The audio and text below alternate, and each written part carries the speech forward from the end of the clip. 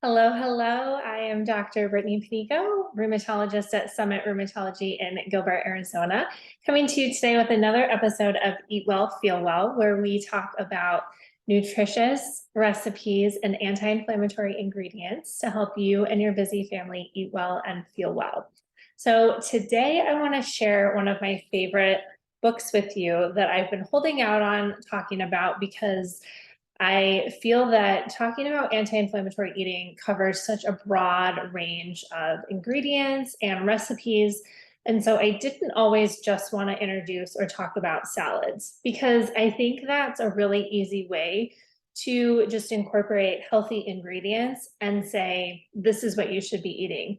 But let's face it, not everybody wants to eat a salad for 2 meals a day, for example. But in the summertime, when fresh fruit is in abundance, I do think that there is, a time where salads are very refreshing and also can incorporate a lot of that anti-inflammatory principle that we talk about in most of these videos.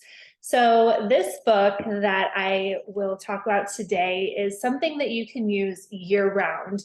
And I have made many, many of these salads and find them super delicious and go back to them over and over again. So the book is Salad of the Day, and it's 365 recipes for every day of the year. So if you are a salad person, this is your book. This will get you through an entire year. One word of caution that I will mention though with this book is when you try to plan out a grocery list, there's not a lot of overlapping ingredients from day to day or within that week. So that's the only criticism that I have really of this book is that there's lots of ingredients as the week goes on. And I just find it a little bit too cumbersome to actually follow the day of the week if you're going to plan out a shopping list or, to try to be conservative and reuse ingredients for multiple recipes. So taking that into account, I have found it very difficult to follow this recipe to the day. But again, it's really great at incorporating seasonal ingredients, which I find super helpful because as we all know, when we show up to the grocery store without a plan, sometimes our course we veer off track and it's really easy to kind of fall back on that packaged stuff that, that we're trying to get away from. So talking about the heat of the summer and just, really incorporating things that taste good to us, but are also very nutritious and anti-inflammatory. The recipe that I'm picking to highlight today is watermelon, feta, and mint salad. So here is a picture of this amazing salad that incorporates watermelon, mint, and feta, and then a vinaigrette that I'll talk about how we can modify that and make that a little more anti-inflammatory for us too. So if you are a fan of watermelon, especially right now that it is so hot and the watermelons in the store just look so juicy and ripe and delicious, this is a perfect salad that's quick and easy.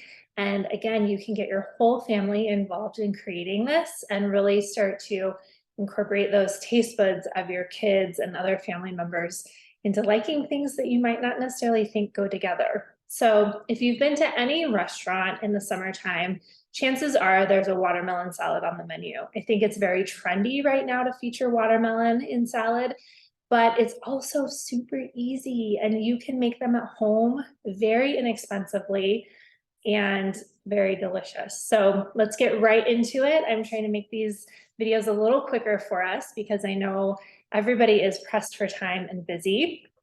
So jumping right into the recipe, it calls for, of course, watermelon, feta, and mint, and then I'll talk about the vinaigrette.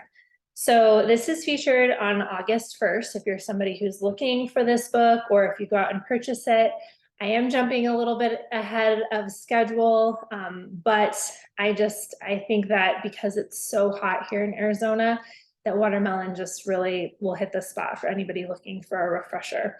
And then as a side note, you can incorporate that watermelon into your water. You can freeze it and use it as ice cubes. You can freeze it and munch on it as a snack. And watermelon is just very versatile and it's nutritiously dense as a fruit. There's a lot of water, obviously, in watermelon, and so it makes it not so calorie dense because, again, you're metabolizing all of that water. And then the fibrous portion of the melon, again, contains fiber, which is healthy for your digestive tract. And then the pink color is full of antioxidants. We talk about those flavonoids. So it just really encompasses a lot of range of healthy ingredients and vitamins and minerals, full of vitamin C as well. So the recipe calls for 3/4 cup of fresh mint leaves. So mint is very easy to find in the store right now. It's easy to grow yourself too, but it does burn very easily. So here in Arizona, we might not necessarily be growing it outside, but if you plant some mint, if you get a mint plant, it grows very quick. It's basically a weed. So it'll grow very fast and you can have mint for a long time to come. It's also easy to freeze, although I will tell you that the leaves will turn kind of a brownish color if you do freeze it, but you can mince it, again, use it for lots of different things if you save it and reincorporate it.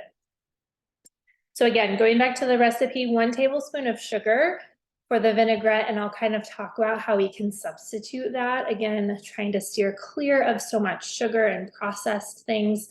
But again, it's a very small amount, 1 tablespoon of sugar. 1 serrano chili, seeded and chopped. This is optional. It's part of the vinaigrette that I'll get into explaining, but it does add a lot of flavor and a little bit of a punch to the recipe. So I do highly encourage that you try it. 1 tablespoon of rice vinegar, 1 tablespoon of fresh lime juice that you can just squeeze a lime yourself, or it comes in, bottled form.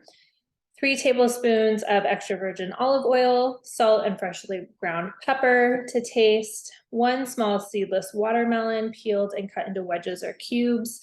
I don't know anywhere that has small watermelons except for maybe Trader Joe's or Sprouts or some of the health food stores. Most of the watermelon that you'll find in the store is large. So again, think about other things that you can make with watermelon as the week goes on, and that way you can just buy one and have leftover. And 6 ounces of feta cheese crumbled into pieces. I am a huge fan of fresh feta.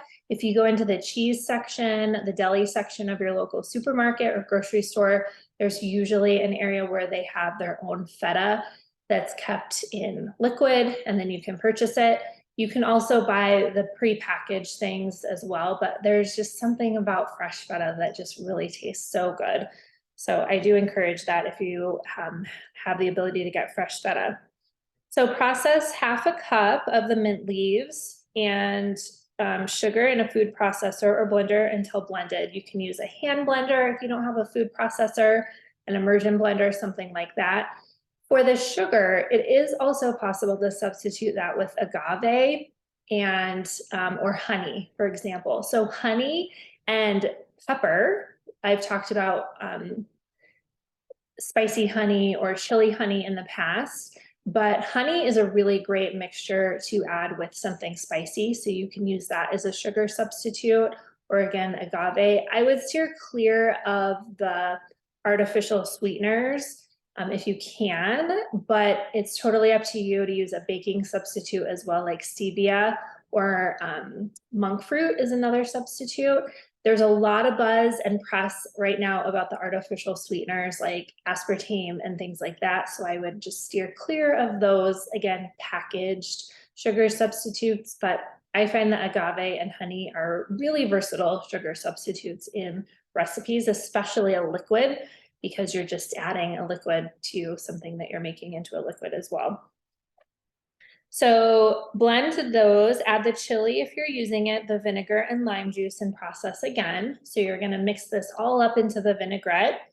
With the motor running, drizzle in the olive oil. So you wanna sort of immerse that in at the very end because that will separate out the longer that you have it sitting. And then transfer the vinaigrette to a bowl, season with a pinch of salt and pepper. So this is to taste.